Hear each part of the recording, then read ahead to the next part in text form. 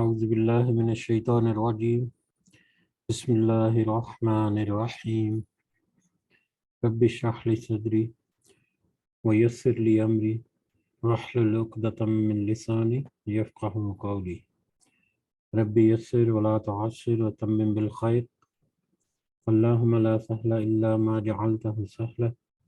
وأنت تجعل الحزن إذا شئت سهلا اللهم انفعنا بما علمتنا وعلمنا ما ينفعنا وزدنا علما اللهم صل على محمد وعلى آل محمد كما صليت على إبراهيم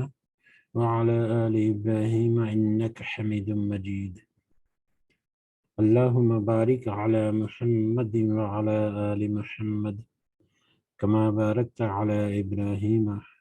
وعلى آل إبراهيم إنك حميد مجيد آمين يا رب العالمين.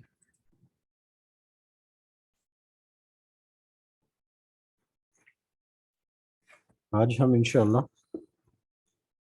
اللہ کے خاص فضل و کرم سے اس کی خاص رحمت اور اس کی توفیق اور اس کی بھلائی جو اس کی طرف سے ہمیں ملی، ہم انشاءاللہ ریاض الصالحین کا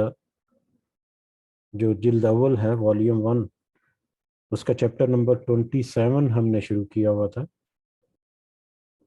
اس چیپٹر 27 کے اندر حدیث نمبر 13 اور اوورال اس والیوم کی حدیث نمبر 236 سے آنورڈ اس کو ہم سمجھنے کی کوشش کریں گے کچھ احادیث کو۔ سب سے پہلے تو ہم اسی کی حمد، اسی کا شکر، اسی کی تعریف کرتے ہیں جس نے ہمارے دلوں کو اس قابل کیا، جس نے ہمیں مہلت دے رکھی، جس نے ہمیں اپنی خاص رحمت میں رکھا، جس نے ہمیں ان بندوں میں ان لوگوں میں شمار کیا جو اس کے دین کی، جو اس کے ہدایات کی، اور ہم جو ہمارے سب کے محبوب مصطفیٰ صلی اللہ علیہ وسلم کی احادیث کو سمجھنے کی کوشش کریں۔ اللہ تعالیٰ سے دعا ہے کہ اس کی صحیح سمجھ ہمیں عطا فرمائے، اس کے اوپر ہمیں عمل کرنے کی بھی توفیق عطا فرمائے۔ اس کے ذریعے ہمیں یہ بھی اللہ تعالیٰ ہمت و توفیق دے کہ ہم دوسروں کی اصلاح کر سکیں، دوسروں کو مطلب صحیح راستے کی طرف لانے میں مددگار بن سکیں۔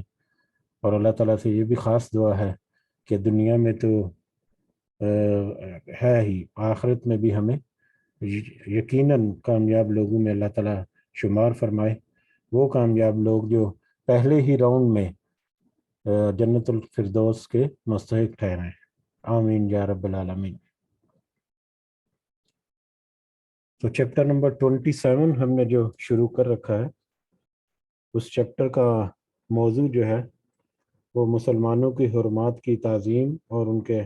حقوق اور ان پر شفقت اور رحمت کرنے کا بیان، یعنی مسلمانوں کے آپس میں جتنے بھی حرمات ہیں، جو وہ چیزیں جو ایک مسلمان کا دوسرے مسلمان کے لیے مناسب نہیں، جائز نہیں، منع ہے، ان کا خیال رکھنا، اور جو ایک دوسرے کے حقوق اور فرائض ہیں ان کو ادا کرنے کی کوشش کرتے رہنا، اور شفقت اور رحم اور مہربانی مسلمانوں کا ایک دوسرے کے اوپر، مسلمان ایز اے امت، ایز اے قوم، ان کا آپس میں جو ریلیشن شپ، ان کے آپس میں جو معاملات ہیں ان میں حسن سلوک اور ان میں شفقت اور محبت اور رحمت، یہ اس چیپٹر کا موضوع ہے، اور یقیناً یہ ایک بہت ہی اہم موضوع ہے جس میں ہم نے جو احادیث پڑھی تھی اس میں ہمیں بہت ہی عام جو موضوعات ہیں ہماری روزمرہ زندگی کا، آپس کے جو تعلقات ہیں ہمارے، ان کے معاملے یا ان کے متعلقہ وہ بڑے ہی، اور اس میں کئی میٹرز یا کئی موضوع ایسے ہیں جو دیکھنے میں بڑے خفیف یا بڑے چھوٹے سے ہلکے سے ہیں، کوئی زیادہ وقت نہیں رکھتے، لیکن در حقیقت وہ بہت ہی زیادہ اہمیت کے حامل ہیں، اس کے نتائج بہت ہی دور رس ہوتے ہیں، اور اس کے فوائد جو ہیں وہ بھی انسانیت کے لیے یا خاص کر مسلم امہ کے لیے ایک بڑی خاصی اہمیت رکھتے ہیں۔ بہرحال اسی موضوع کو آگے لے کر بڑھتے ہیں ہم، اگلی حدیث جو آج کے ہمارے سبق میں شامل ہیں، حدیث نمبر 236 سے آنورڈ ہم اس کو سمجھنے کی کوشش کرتے ہیں. تو شروع کرتے ہیں حدیث نمبر 236.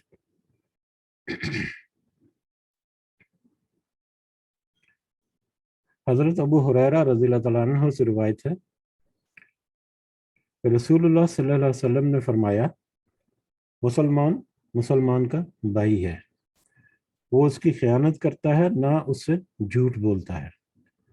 یا نہ اسے جھوٹا قرار دیتا ہے. نہ تو وہ اس کی خیانت کرتا ہے، اس کے ساتھ خیانت کرتا ہے، نہ ہی اس کے ساتھ جھوٹ بولتا ہے اور نہ ہی اسے جھوٹا قرار دیتا ہے، نہ اسے بے سہارا چھوڑتا ہے. ایک مسلمان کی عزت، اس کا مال، اس کا خون دوسرے مسلمان پر حرام ہے. تقوی یہاں یعنی کہ دل میں ہے. کسی آدمی کے برا ہونے کے لیے یہی کافی ہے کہ وہ اپنے مسلمان بھائی کو حقیر خیال کرے. اسے ترمذی نے روایت کیا ہے اور یہ حدیث حسن ہے. مسلمان کا بھائی ہے، یہ ایک انتہائی اہم نقطہ جو مسلمانوں کو ان کے حقوق کا خیال رکھنے یا ان کے حقوق اور ان کی ذمہ داریوں کو پورا کرنے، ادا کرنے میں ایک بڑا ہی کلیدی اور اہم رول ادا کرتا ہے. یہ کنسپٹ کہ سارے مسلمان آپس میں بھائی بھائی ہیں. آپس میں بھائی بھائی ہونے کا سب سے بڑا مطلب ہمیں بہت واضح انداز سے پتہ ہے کہ جس طرح بہن بھائیوں میں ایک دوسرے کے ساتھ ایک الفت اور محبت ہوتی ہے، چاہے وہ مالی اعتبار سے ہو، ایک دوسرے کی وہ مدد کرتے ہیں یا ایک دوسرے کا خیال رکھتے ہیں، چاہے وہ اخلاقی اعتبار سے ہو، کسی مشکل کی گھڑی میں ساتھ آنا، مصیبت کے وقت میں مدد کرنا، اور دوسرے جتنے بھی زندگی گزارنے میں جتنے بھی روزمرہ کے معاملات پیش آتے ہیں، جو بہن بھائی اور بھائی بھائی کا آپس میں محبت اور ان کی آپس میں جو درد اور تکلیف ہے، وہ بالکل اسی طرح سے سارے مسلمانوں کے درمیان ہے. جو دو بہن بھائیوں یا دو بھائیوں اور دو بہنوں کے درمیان آپس میں رشتہ اور ایک آپس میں محبت ہے، ان کے حقوق اور ذمہ داریوں کا اور ان کے دکھ درد کا ہر لحاظ سے، وہ رشتہ در حقیقت سارے مسلمانوں کا آپس میں موجود ہے. اور اس کے علاوہ مسلمانوں کی یہ خصوصیات پہلے بھی بہت ساری پچھلی احادیث میں پڑھی. اب یہاں پر کیا ہے کہ وہ اس کی خیانت نہیں کرتا. خیانت ہم نے اس سے پہلے ایک چیپٹر میں دیکھا تھا کہ خیانت امانت کیا ہے. اللہ تعالیٰ کی طرف سے جو امانت دی گئی ہے، وہ اس میں حقوق اللہ بھی ہیں، حقوق العباد بھی ہیں. اللہ کے حقوق، اللہ کے ساتھ جو وعدے کیے ہیں، جیسے ہی ایمان کا اقرار کیا، جیسے ہی مطلب توحید و رسالت کا اقرار کیا اور ایمان کے باقی تقاضے جو ہیں ان کے اوپر ہم نے ایک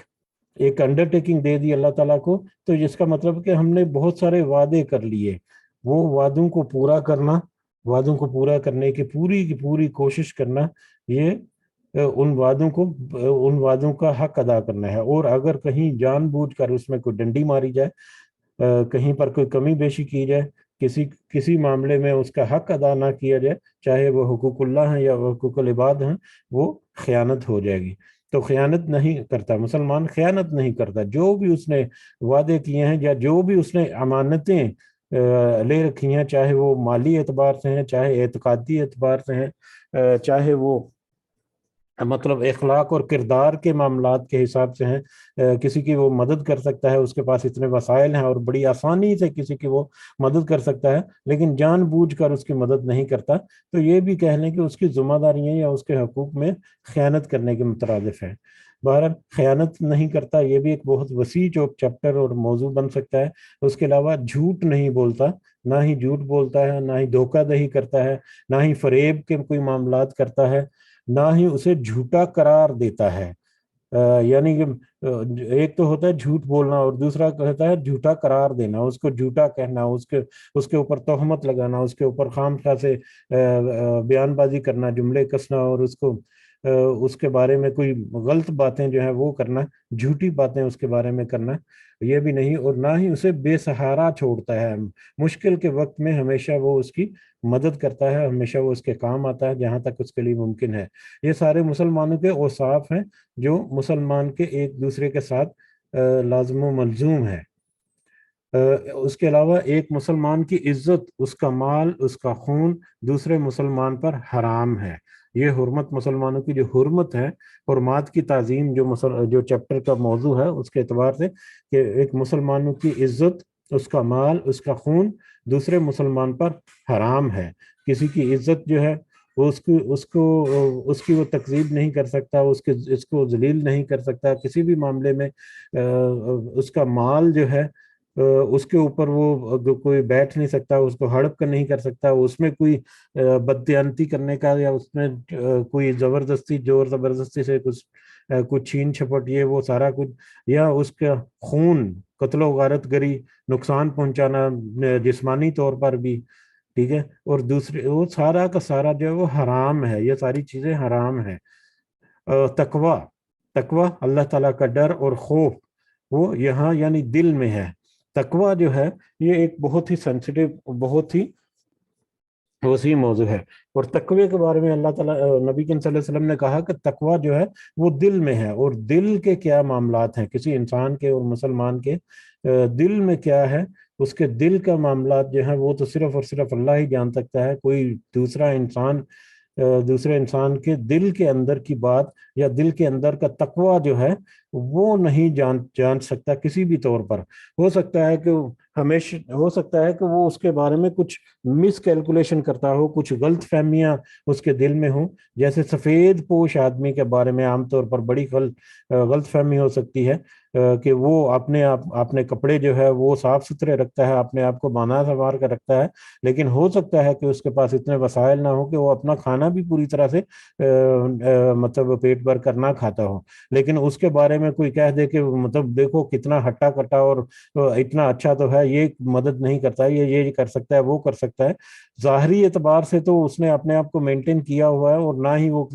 دوسروں کے آگے ہاتھ پھیلاتا ہے، لیکن اس کے دل کے کیا معاملات ہیں، اس کے باطنی معاملات کیا ہیں، کس میٹر میں وہ کس طرح کا ہے، وہ تو صرف اور صرف اللہ تعالیٰ ہی جانتے ہیں۔ تو تقوی جو ہے ایک انسان کا، اس کا ذاتی معاملہ ہے کہ وہ کس حد تک اللہ سے ڈرتا ہے، کس حد تک وہ اپنے حقوق اور فرائض کو ذمہ داری سے ادا کرنے کی کوشش کرتا ہے، اور اس کو جانچنے کا پیمانہ صرف اور صرف اللہ کے پاس ہے۔ کوئی انسان کسی دوسرے انسان کے تقوی یا اس کے دل میں کیا ہے اس کے بارے میں کوئی بیان نہیں دے سکتا، اس کے بارے میں کوئی نتیجہ اخذ نہیں کر سکتا خود سے۔ اچھا، کسی آدمی کے برا ہونے کے لیے یہی کافی ہے کہ وہ اپنے مسلمان بھائی کو حقیر خیال کرے۔ یہ بھی ایک بہت ہی اہم نقطہ ہے، آج کل ہمارے معاشرے میں مطلب بہت عام پایا جاتا ہے کہ دوسروں کے بارے میں حقیر خیال کرنا اور اپنے آپ کو اعلیٰ افضل یا اپنے آپ کو بہتر خیال کرنا، خاص کر اخلاق اور کردار کے معاملات میں یا دین کے معاملے میں، کہ اگر کوئی شخص جو ہے، اگر اس نے مطلب 2 جملے دین کے پڑھ لیے اور وہ دوسرے لوگوں کے اوپر فتوے کستا پڑے یا اس کے بارے میں گمان کرتا پڑے کہ میں تو نمازیں بھی پڑھتا ہوں اور میں نے تو ترجمہ اور تفسیر بھی کیا ہوا اور میں کوشش بھی کرتا ہوں، دیکھو فلاں شخص جو ہے وہ تو بالکل بھی خیال نہیں رکھتا اور بالکل بھی وہ اس طرف نہیں آتا، اس کو بڑی حکمت و تدبیر سے اگر اس کو لگتا ہے کہ اس میں کوئی کمی ہے یا اس میں کوئی امپرومنٹ کی گنجائش ہے، تو اس کو اس طرف بلانا اس کی ذمہ داری ہے، نہ کہ اس کو حقیر خیال کرنا، نہ کہ اس کو کمتر خیال کرنا کسی بھی معاملے میں، چاہے وہ اخلاقی اعتبار سے ہے، چاہے وہ مطلب اعتقادی اعتبار سے ہے، مذہب کے اعتبار سے ہے، جیسے کہ ابھی بھی ذکر کیا کہ مطلب سفید پوش جو ہے وہ عام طور پر اپنے معاملات کو چھپا کر رکھتے ہیں، دوسروں کے آگے ہاتھ نہیں پھیلاتے، تو اس کو کوئی شخص کہہ دے کہ میں تو میں نے تو فلاں فلاں شخص کی اتنی مدد کی ہے، وہ فلان جو ہے وہ بھی تو کر سکتا ہے، دیکھنے میں اچھا خاصا ہے، وہ کیوں نہیں کرتا، یا اس کو بھی خیال کرنا چاہیے۔ مطلب حقیر خیال کرنا، کم تر خیال کرنا دوسرے مسلمان بھائی کو کسی بھی معاملات میں، یہ بھی ایک مسلمان کے لیے جائز نہیں ہے، یہ بلکہ کسی آدمی کے برا ہونے کے لیے یہ کافی ہے کہ وہ مسلمان بھائی کو حقیر خیال کرے۔ یعنی جو ایسا عمل کرے گا یا ایسی سوچ رکھے گا یا کوئی ایسا کوئی بھی جملہ کر دے گا، کہہ دے گا، یا ایسی کوئی بھی بات کرے گا، تو وہ اس کے برا ہونے کے لیے کافی ہے۔ اور جو برا ہو گیا تو وہ تو یقیناً ہمیں پتا ہے کہ برائی جو ہے وہ ہمیشہ ایک ایسے رستے کی طرف لے کر جاتی ہے جس کا انجام جو ہے وہ برا ہوتا ہے۔ تو مسلمانوں کا آپس میں معاملات جو ہے، اس ایک حدیث میں ہمیں چھوٹے چھوٹے میسیجز ہیں، لیکن اس کی بہت ہی وسیع ایکسپلینیشن اور بہت ہی وسیع برانچز ہیں جو ہمارے معاشرے میں ایک دوسرے کے ساتھ جڑی پڑی ہیں۔ جس طرح سے درخت جو ہے، درخت کے نیچے اس کی جڑیں جو ہے وہ دیکھی جائیں تو وہ ایک دوسرے میں گھٹ مٹ ہوتی ہیں، ایک دوسرے کے ساتھ جڑی ہوئی ہوتی ہیں، اور وہ ساری ایک دوسرے کے ساتھ مل کر ایسا مضبوط بندھن باندھتی ہے کہ جو اس کے اوپر جو تنا کھڑا ہے وہ تنا جو ہے مضبوط اور توانا اور طاقتور ہوتا ہے۔ مسلمان امت کی حیثیت بھی ان جڑوں کے جیسی ہے کہ وہ مل کر آپس میں ایک دوسرے کے ساتھ تعاون کر کے، ایک دوسرے کے تعلقات کو مضبوط کر کے، ایک دوسرے کے معاملات میں ایک دوسرے کی مدد کر کے یہ جو ہماری امت ہے، دین یا ہمارا جو مذہب ہے، اس کو مضبوط اور تناور درخت کی طرح سے مطلب اپنے پاؤں پر کھڑا رہنے کے لیے بہت اہم رول ادا کر سکتے ہیں۔ لیکن اگر ان میں ٹوٹ پھوٹ ہوگی، ان میں اگر فاصلے زیادہ ہوں گے، ان میں اگر مطلب دلی الفت نہیں ہوگی، تو یقیناً یہ جڑیں جو ہیں یہ کمزور ہوں گی، اور کمزور جڑوں والا درخت جو ہے ہمیشہ وہ ہچکیلے کھاتا رہتا ہے، ہمیشہ وہ گرنے کے لیے کبھی بھی تیار رہتا ہے۔ بہرحال اس کے فوائد یہاں پر مختصر دیکھ لیتے ہیں۔ یہ حدیث بھی اسی مفہوم کی ہے جو گزشتہ پہلے اس کے حدیث جو ہے گزری، وہ بھی تقریباً اسی طرح کے مطلب تھا اس کا، بلکہ اس میں اس مفہوم کی مزید تشریح اور وسعت ہے۔ اس میں مسلمانوں کی عزت اور جان و مال کی باہم حفاظت کرنے کی تاکید کے ساتھ ساتھ ایک اور نہایت اہم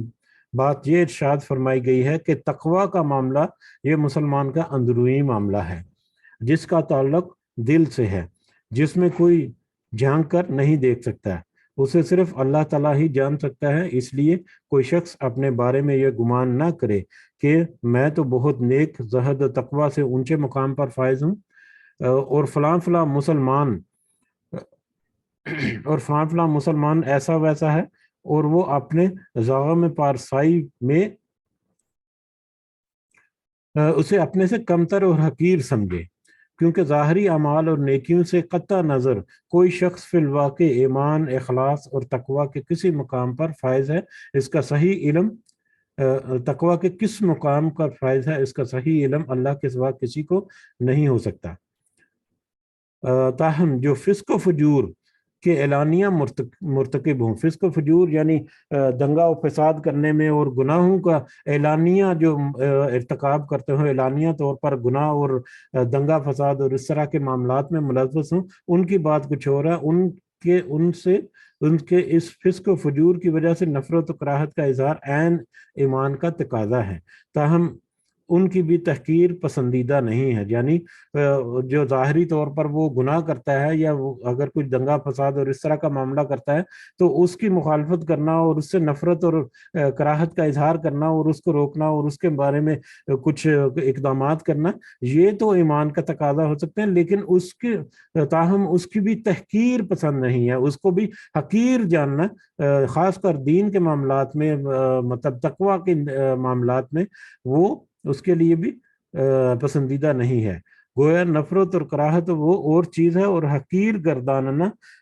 شیء دیگر یعنی ایک دوسری چیز ہے۔ تو اس کے فوائد میں بھی ہمیں ایک دو باتیں ایڈیشنل پتہ چلی کہ مطلب کوئی اگر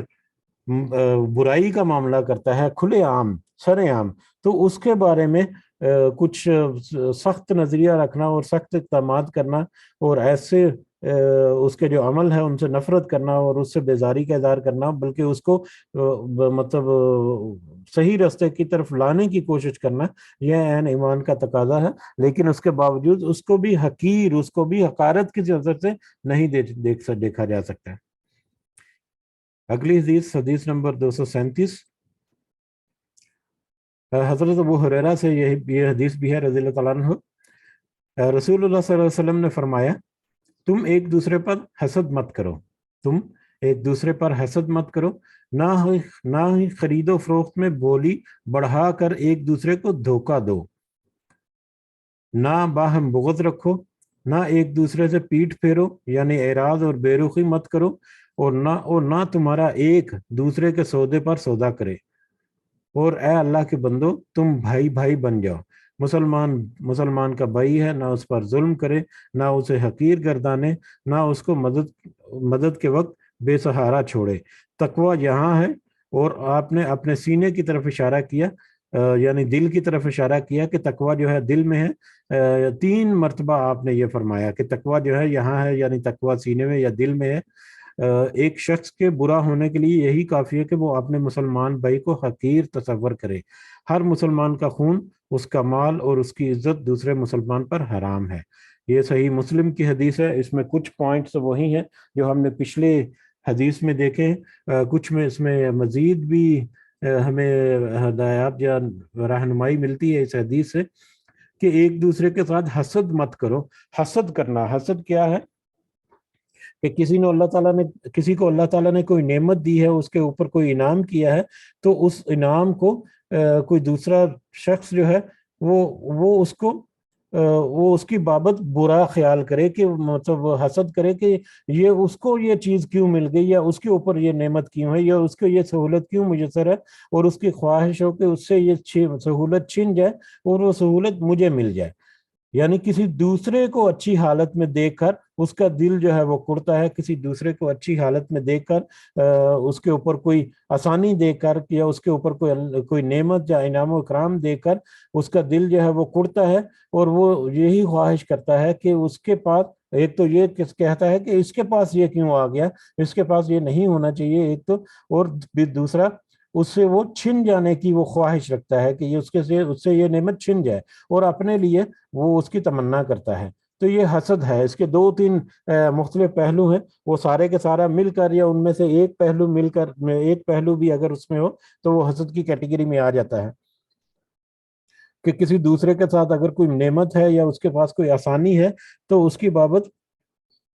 کراہت کا اظہار کرنا کہ اس کے پاس کیوں ہے، ٹھیک ہے۔ دوسرا وہ اس کی آسانی یا اس نعمت کے چھن جانے کی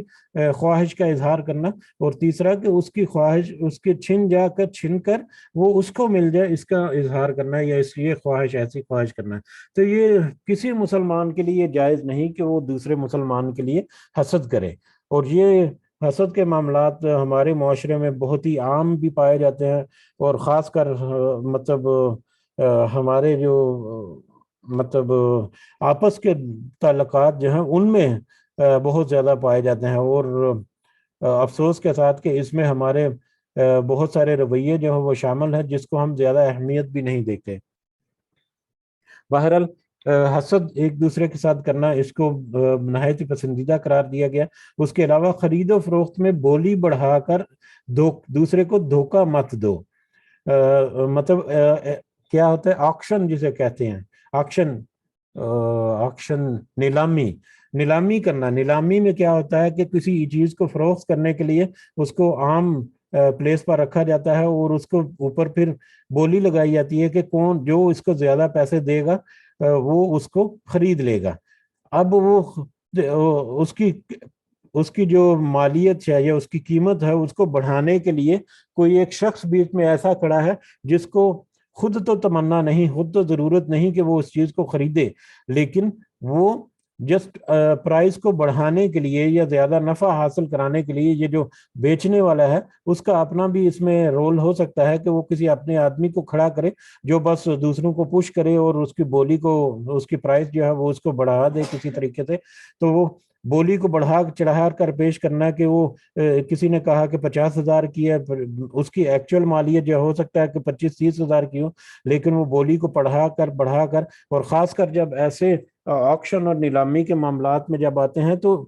ایک دوسرے کے ساتھ ضد بھی شامل ہو جاتی ہے کہ جو جس نے بولی دی ہے کہ دوسرے کسی نے اس سے زیادہ بولی دے دی، تو پہلا جو ہے وہ ظاہری، کیونکہ ظاہری معاملہ ہے تو وہ اس کی ضد میں بھی آ سکتا ہے کہ مجھ سے بولی کسی نے زیادہ دے دی، یہ بھی تکبر میں بھی آ سکتا ہے، غرور میں بھی آ سکتا ہے، تو وہ غرور میں آ کر اس کے بولی کو بڑھا چڑھا کر پیش کرے گا، یا دھوکہ دہی دینے کے لیے کہ پرائس اس کی جو ہے وہ زیادہ مل جائے، بہت اعلیٰ مطلب بہت زیادہ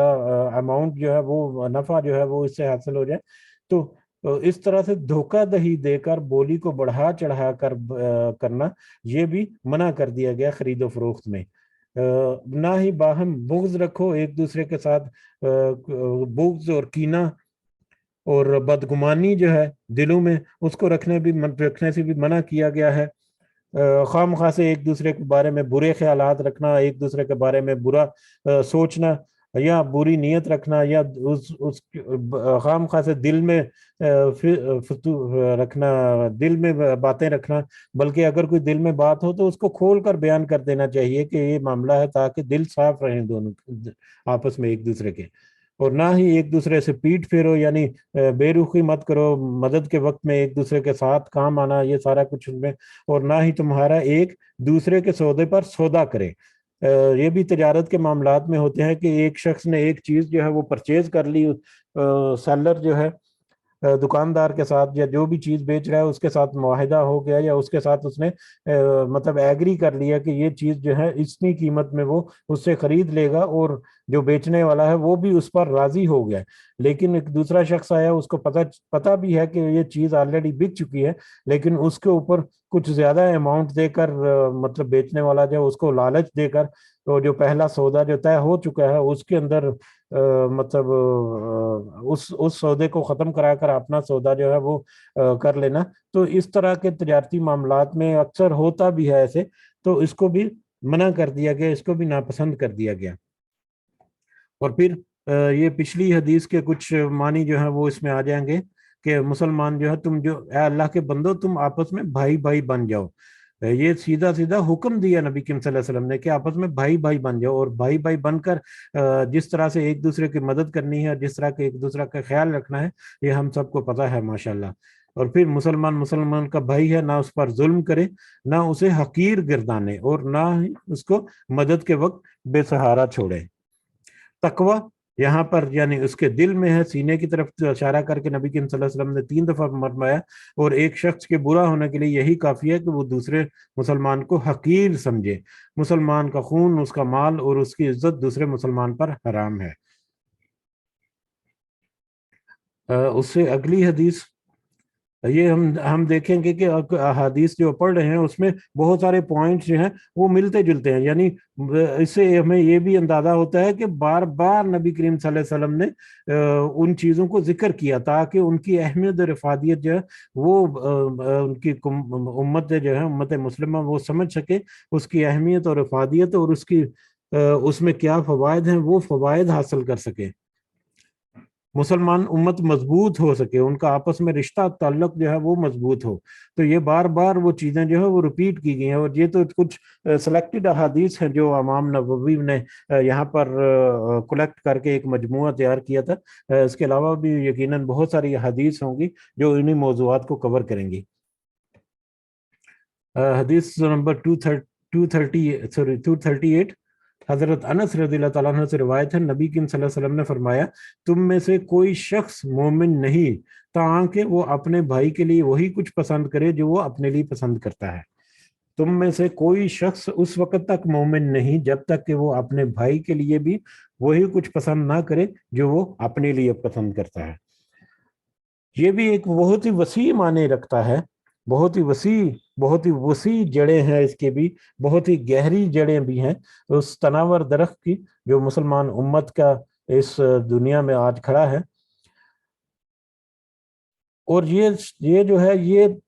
اخلاق اور کردار کے اعتبار سے ایک دوسرے کے ساتھ پسندیدگی کا جو ہے وہ اس میں پہلو نمایاں ہوتا ہے، مال و دولت کے اعتبار سے نہیں۔ مسلمان دوسرے مسلمان کے لیے یا مومن دوسرے مومن کے لیے جب تک وہی پسند نہ کرے جو اس کے لیے اس کو اپنے لیے پسند ہے، یعنی ہم نے قرآن میں کل ہی کچھ آیات پڑھی تھی جس میں اللہ تعالیٰ نے کہا کہ ہم نے تم میں سے بعض کو بعض پر فضیلت دی ہے مال و دولت کے معاملے میں، دولت یا رزق کے معاملے میں۔ وہاں پر وہ رزق جو ہے وہ مال و دولت کے ٹیکس میں آ رہا تھا، کنٹیکسٹ میں، کہ مطلب مالک اور غلام کے درمیان جو فرق ہے وہ مال و دولت کا ہے، بہت بڑا فرق جو ہے، ٹھیک ہے۔ تو وہ اس میں اللہ تعالیٰ نے ایک دوسرے کے اوپر فضیلت دی، کسی کو کم دیا، کسی کو زیادہ دیا، کم دیا جس کو اس کو بھی آزمایا، جس کو زیادہ دیا اس کو زیادہ دے کر بھی آزمایا۔ تو یہ مال اور دولت جو ہے یہ تو بہت بڑی آزمائش ہے اور اس کے مختلف پہلو ہیں، لیکن اس کے علاوہ اور پھر کل ہم نے آیات میں یہ بھی پڑھا، وہ جو مثال پڑی تھی کہ وہ یہ تو نہیں ہوتا کہ کوئی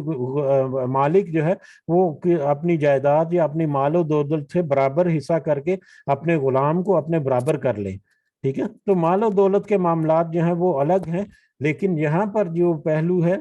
جو اکثر جو اس حدیث کی تفسیر میں آتا ہے وہ کردار اور اخلاق کے معاملات میں، ایک دوسرے سے مدد اور تعاون کرنے کے معاملات میں، چاہے وہ اخلاقی طور پر ہو چاہے وہ کسی بھی طرح سے ہو،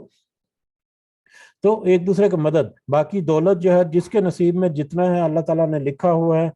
وہ اس کو ملتا ہے، چاہے وہ اس کو حلال کر کے کمائے یا حرام کر کے کمائے، یہ اس کا اپنا اختیار ہے، لیکن اس کو یہ یقین ہونا چاہیے کہ مال و دولت اس کے نصیب میں جتنا ہے، رزق اس کے نصیب میں جتنا ہے وہ اس کو مل کر ہی رہے گا۔ اس لیے وہ اپنے عمل جو ہے اگر اس کو اچھا رکھے، نیک رکھے، درست رکھے، حلال رکھے، تو پھر وہ جو اس کے نصیب کا جو رزق ہے وہ اس کو حلال شکل میں ملے گا۔ بہرحال دوسرا کردار اور اخلاق کے اعتبار سے کہ اگر کوئی مطلب بہن بھائی اکٹھے رہ رہے ہیں اور بچے جو ہیں، ایک بھائی جو ہے وہ تھوڑا سا مالی اعتبار سے مضبوط نہیں ہے، دوسرا جو ہے وہ مالی حیثیت سے کچھ بہتر ہے، تو وہ اپنے بچوں کی تعلیم و تربیت کے لیے کسی اچھے اسکول میں اگر داخل کرا رہا ہے تو وہ کوشش کر سکتا ہے کہ اس کا بھائی کا بچہ جو ہے وہ بھی کسی اچھے اسکول میں داخل ہو جائے، یا اس کی تعلیم جو ہے اس کے اوپر بھی کچھ وہ توجہ دے دے، اس کو بھی کچھ وہ مطلب اس کے لیے بھی کچھ ایسے اقدامات کر لیں جس سے اس کی فیسیلیٹیشن ہو جائے، اس کا خیال اس کے دل میں رہے۔ اسی طرح سے ایک دوسرے کی مدد کرتے رہنا، اخلاقی طور پر بھی ایک دوسرے کو نصیحت کرتے رہنا، اخلاقی طور پر بھی جو خود کو پسند ہے چیزیں اخلاق کے اعتبار سے وہ دوسروں کے لیے بھی پسند کرنا۔ خود کو پسند ہے کہ نمازیں جو ہیں وہ 5 وقت کی بڑی توجہ کے ساتھ پڑھتا ہے، لیکن اس کے اپنے بہن بھائی جو ہیں وہ نمازیں نہیں پڑھتے، تو ان کو بھی اس کے ساتھ میں شامل کرنے کی کوشش کرنا ہے۔ یہ بھی ایک اہم نکتہ ہے کہ وہ خود اپنے آپ کو اپنے لیے جو پسند کرتا ہے وہ اپنے مسلمان بھائی کے لیے بھی پسند کرے۔ اس میں ایک دوسری چیز جو اہم ہے کہ بعض دفعہ کچھ چیزیں جو استعمال شدہ چیزیں جو ہیں جو وہ دوسروں کے لیے مدد کے لیے دے دیتے ہیں تو وہ بھی اس میں شامل نہیں، کیونکہ اچھی کنڈیشن میں کوئی کپڑے یا جوتے یا فرنیچر جو اس طرح کا اگر کوئی صاحب حیثیت ہے، اس نے کوئی نئے کپڑے بنائے ہیں، اپنے کوئی نیا فرنیچر لیا ہے یا کس طرح کا معاملہ ہے، جو اس کے پاس آلریڈی جس کو وہ استعمال کر رہا تھا وہ اچھی حالت میں، قابل استعمال حالت میں ہے، تو وہ اس کو کسی دوسرے مسلمان کے لیے، کسی بھائی کے لیے یا کسی دوسرے کی مدد کرنے کے لیے وہ اس کو دے سکتا ہے۔ وہ ایک الگ سے موضوع ہے، وہ اس کیٹیگری میں نہیں آئے گا کہ خود تو اس نے نیا فرنیچر لیا اور یہ فرنیچر جو ہے ناپسند کرتا تھا اور کسی دوسرے کو دے دیا، بلکہ وہ دوسرے کی مدد جو ہے وہ ایک الگ سے موضوع ہے جو اس حدیث کی اس مفہوم جو ہے ان میں کور نہیں ہوگی۔ اس کے فوائد میں ہمیں دیکھیں تو ہمیں مزید کچھ معلومات یا نصیحتیں ملیں گی۔ یہ حدیث بھی گزشتہ مفہوم کی وضاحت کے لیے نہایت جامع ہے، کیونکہ جب ایک مسلمان دوسرے مسلمان کے لیے وہی کچھ پسند کرے گا جو وہ اپنے لیے پسند کرتا ہے، تو وہ ہر معاملے میں دوسرے مسلمان کے ساتھ خیر خواہی کی ہی کرے گا، اس کی بدخواہی کبھی نہیں کرے گا۔ اور جب ہر مسلمان اس کردار کو اپنا لے گا تو وہ کوئی مسلمان دوسرے مسلمان کا دشمن اور بدخواہ نہیں رہے گا، بلکہ ہر مسلمان دوسرے مسلمان کا ہمدرد، اس کا معاون، خیر خواہ ہوگا۔ اور جس معاشرے کا یہ حالت ہو اس کے خوشگوار اور پرسکون ہونے میں کیا شک و شبہ ہو سکتا ہے۔ کاش کہ مسلمان معاشرے اس سانچے میں ڈھل سکیں۔ یعنی یہ پچھلی حدیث میں جو مسلمانوں کے آپس میں جو تعلقات اور ایک دوسرے کی مدد اور ایک دوسرے کے لیے دکھ درد رکھنا اور ایک دوسرے کے تعاون کرنا اور ایک دوسرے کے خلاف اقدامات نہ کرنا، بددیانتی نہ کرنا، یہ سارا کچھ اس سارے مفہوم کو اکٹھا کر کے ایک ہی جملے میں یہاں پر سمو دیا گیا اس حدیث میں۔ اگلی حدیث 239 حضرت انس سے ہی روایت ہے یہ رضی اللہ تعالیٰ عنہ، رسول اللہ صلی اللہ علیہ وسلم نے فرمایا تم اپنے بھائی کی مدد کرو، وہ ظالم ہو یا مظلوم، چاہے وہ ظالم ہے چاہے وہ مظلوم ہے، تم اپنے بھائی کی مدد کرو۔ ایک شخص نے کہا یا رسول اللہ صلی اللہ علیہ وسلم جب وہ مظلوم ہو تو میں اس کی مدد کروں، یہ تو ٹھیک ہے، لیکن یہ بتلائیے کہ اگر وہ ظالم ہو تو میں اس کی مدد کیسے کروں؟ آپ نے فرمایا اس کو تم ظلم کرنے سے روک کر یا ظلم کرنے سے روک دو، یہی اس کی مدد کرنا ہے۔ ظالم اور مظلوم دونوں کی مدد کرنا، اور ظالم کے مظلوم کی مدد کرنا تو یہ ہو گیا کہ اس کو اس کے ظلم سے چھڑانا، اس کی مدد کرنا ہے، لیکن ظالم کی مدد کیسے کرنا ہے کہ اس کو ظلم سے روکا جائے۔ اب ظلم کیا ہے؟ ظاہری اعتبار سے تو اس کے معنی یہی آتی ہے کہ کوئی شخص جو ہے کسی دوسرے کے اوپر ظلم کرتا ہے، چاہے وہ جسمانی طور پر ہو چاہے وہ مالی اعتبار سے ہو۔ تو ظلم کیا ہے؟ ظلم کا ایک چیپٹر ہم نے پڑھا تھا کہ انسان جو ہے وہ اپنے اوپر بھی ظلم کرتا ہے اور دوسروں کے اوپر بھی ظلم کرتا ہے، اور انسان کا اپنے اوپر ظلم جو ہے وہ ہوتا ہے کہ حقوق اللہ کی پاسداری نہیں کرتا۔ وہ حقوق جو اس کے اور جو وہ حقوق یا جو احکامات اس کو ملے ہیں جس کے لیے وہ پابند ہے کہ اپنے اللہ کے حضور وہ ذاتی طور پر اس میں مطلب جواب دہ ہے۔ نماز پڑھنا، روزے رکھنا، زکوٰۃ ادا کرنا، اگر جہاں تک اس کے لیے ممکن ہے دوسروں کی مدد کرنا، ذاتی معاملات میں ذاتی حیثیت میں جہاں پر وہ اللہ تعالیٰ کو جواب دہ ہے، اگر وہ اس کو جواب نہیں دیتا تو اس طرح سے وہ اپنے نفس کے اوپر ظلم کرتا ہے، ٹھیک ہے۔ اور دوسرے اعتبار سے بھی اگر دیکھا جائے، معاشرتی اعتبار سے بھی، کہ دوسروں کو اس کے حقوق نہ دینا،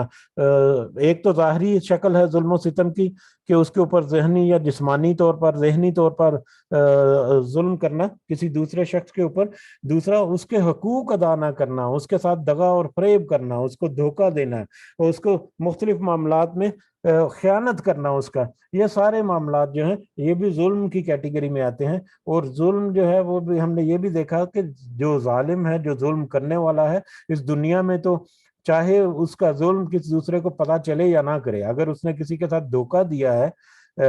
فریب کیا ہے، ہو سکتا ہے کہ جس کے ساتھ دھوکہ دیا گیا اس کو اس کا پتہ نہ چلے یا اس کو اس کا زیادہ فرق نہیں پڑا، لیکن جس نے وہ ظلم کیا، جس نے وہ دھوکہ دیا، اس کو قیامت کے دن اس کا جواب دینا پڑے گا۔ یعنی دنیا میں اگر اس نے کوئی ایسا عمل کیا تو وہ اس کا جواب اس کو قیامت کے دن دینا پڑے گا۔ یعنی وہ ظلم اس نے ایسا کر دیا، ایسا عمل کر لیا، اس طرح سے اس نے اپنے اوپر ظلم کیا کہ دنیا میں تو وہ مطلب اس کو فائدہ نفع حاصل ہو گیا، لیکن آخر میں اس کا انجام جو ہے وہ بھگتنا پڑے گا۔ اور یقیناً کوئی جان بوجھ کر ایسا کوئی عمل کرے گا جس کے نتیجے میں اس کے لیے مشکل اور اس کے لیے کوئی سزا ہے، تو وہ کہنے کہ وہ اس نے اپنے اوپر ظلم کیا۔ تو یعنی اگر ظلم کو وسیع معنوں میں دیکھ کر اس حدیث کو سمجھا جائے تو ظالم کی مدد کرنا کیا ہے کہ اس کو ہر لحاظ سے، ظاہری اعتبار سے اگر کوئی ظلم کر رہا ہے تو ظاہری اعتبار سے بھی اس کو روکے، مادی اعتبار سے کسی کو حقوق پورے نہیں کر رہا، کسی کے ساتھ ویسے ہی جسمانی طور پر ظلم و زیادتی کر رہا ہے، مطلب والدین کے حقوق ہیں، بہن بھائیوں کے حقوق ہیں، رشتہ داروں کے حقوق ہیں، دوسرے معاملات میں اپنے مطلب ذمہ داریوں کو صحیح طریقے سے نہیں نبھا رہا، یا کسی بھی طریقے سے وہ چاہے وہ اپنے اوپر ظلم کر رہا ہے، اپنے نمازیں چھوڑ کر، روزے چھوڑ کر، یا اس طرح سے کر کے، اور چاہے وہ دوسروں کے اوپر ظلم کر رہا ہے، تو اس کی نصیحت کرنا، اس کو سمجھانا، اس کو اس ظلم سے باز رکھنا، یہ اس کے لیے ظالم کی مدد ہے، یہ ظالم کی مدد ہے۔ اور جہاں پر ظاہری معنی کے اعتبار سے بھی دیکھا جائے تو اس میں بھی بہت وسعت ہمیں ملتی ہے کہ ظالم کو ظلم کرنے سے روکنا، اور خاص کر یہ ظالم جو ہیں جو بڑے لیول کے ہیں، اسٹیٹ لیول کے کہہ لیں، یا مطلب بڑے بڑے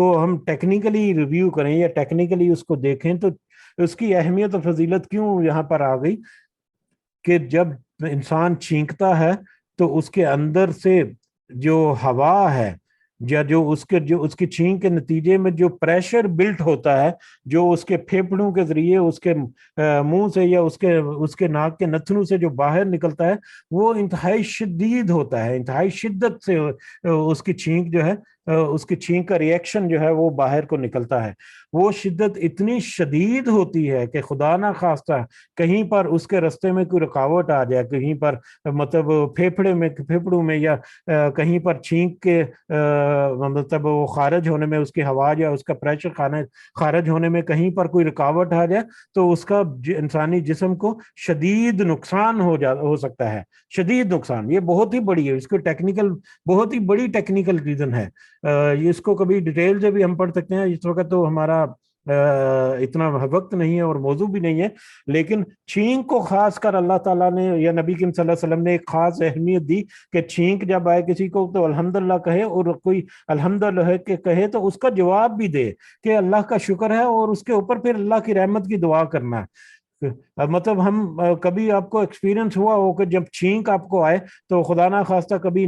ناک جو ہے یا کبھی منہ جو ہے وہ بند رہ جائے یا اس طرح سے پورا نہ کھلے تو اچانک سے جسم ہل جاتا ہے، اور لیکن یہ تو بہت ہی معمولی کیفیت ہے۔ خدا نہ خواستہ کسی وجہ سے کوئی رستے میں کوئی رکاوٹ ایسی آ جائے تو پورے کا پورا جسم جو ہے وہ بہت ہی بری کیفیت میں جا سکتا ہے، اور بہت ہی بری ٹینس سچویشن جو ہے وہ ہو سکتی ہے اگر کسی طریقے سے چھینک جو ہے اس کو مطلب چھینک کو قابو کرنے کی، چھینک جو اگر آ رہی ہے تو اگر آپ کے کنٹرول میں، اگر کنٹرول سے باہر ہے تو چھینک کو روکنا جو ہے یہ بھی نقصان دہ ثابت ہو سکتا ہے۔ اور چھینک جو ہے اس کو جواب دینا، اس کا الحمدللہ کہہ کر چھینکنے کے بعد، اور الحمدللہ کہنے والے کو، چھینکنے والے کو بھی پھر اس کے اوپر رحمت کی دعا کرنا، یہ بھی ایک مسلمان کا دوسرے مسلمان کے اوپر حق ہے۔ اور اس کی ریزن جو ہے وہ ہم نے بتا دی، ابھی ہم نے سمجھنے کی بھی کوشش کی کہ چھینک اگر کوئی مطلب کامیابی کے ساتھ چھینک لیتا ہے تو یہ بھی اللہ تعالیٰ کی طرف سے بہت بڑا انعام ہے اس کے اوپر کہ وہ اس آزمائش میں یا اس جو چھوٹا سا پہلو ہے اس کی زندگی کا جو اس کے لیے انتہائی نقصان دہ ہو سکتا تھا، اس میں اللہ تعالیٰ نے اس کے ساتھ بڑی رحمت کی اور وہ بڑی خوش اسلوبی سے اس سے گزر گیا۔ تو ظاہری اعتبار سے یہ ایک چھوٹا سا معاملہ ہے، لیکن ٹیکنیکلی دیکھا جائے تو یہ چھوٹا سا معاملہ نہیں ہے، یہ بہت ہی بڑا معاملہ ہے، اور اس کے اوپر پھر شکر ادا کرنا اس کی بہت ہی وسیع حکمت ہے جس کا ہمیں صرف اندازہ ہو رہا ہوگا بھی اس وقت۔ بہرحال اللہ تعالیٰ سے دعا ہے کہ اس کی صحیح سمجھ ہمیں عطا فرمائے۔ جی یہ مائک آن کیا گیا نور العین کی طرف سے، کوئی آپ بات کرنا چاہ رہے ہیں؟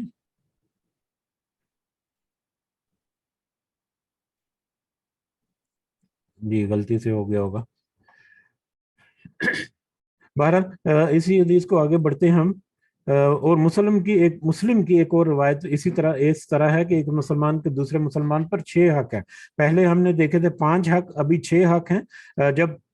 جب تیری اس سے ملاقات ہو تو اسے سلام کہو، یعنی سلام کہو اور سلام کا جواب دو، یہ پہلے ہم نے پڑھا۔ جب وہ تیری دعوت کرے تو دعوت کو قبول کرنا، تجھ سے خیر خواہی طالب ہو تو اس کی خیر خواہی کرنا، جب اسے چھینک آئے اور وہ الحمدللہ کہے تو اسے یرحمک اللہ کہہ کر اس کو جواب دے، جب وہ بیمار ہو تو اس کی مزاج پرسی کرے، اور جب وہ مر جائے تو اس کے پیچھے